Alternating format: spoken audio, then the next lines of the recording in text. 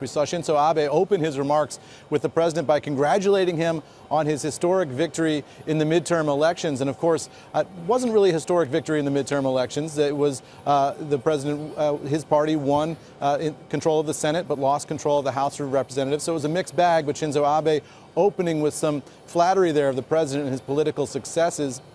We'll see whether Narendra Modi continues in that vein at 12:30. And also, we get so focused here on the U.S. side of this because we follow President Trump from meeting to meeting. But bear in mind, there are all sorts of other multilateral meetings. There's another trilateral meeting that Indian government sources tell us is expected later on this afternoon as well. And that's with Russia, India, and China, all three of them meeting. So at the same time, the United States is sort of pulling back into a bilateral framework rather than a multilateral framework. Other countries are pushing ahead with their own trilaterals, and we're seeing Japan moving ahead with its own version of TPP, even now that the United States has pulled out of that multilateral trade agreement. So other countries around the world continuing to negotiate, even as the United States pulls out of some of these agreements and is not taking part in some of the conversations that are happening here in Buenos Aires, Scott.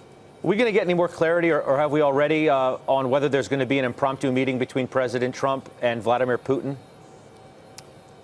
You know, I hope to. My sense is that we might see them shake hands, and we might see that happen on camera, or they might bump into each other in the hallways off camera. The Kremlin has said that's going to happen.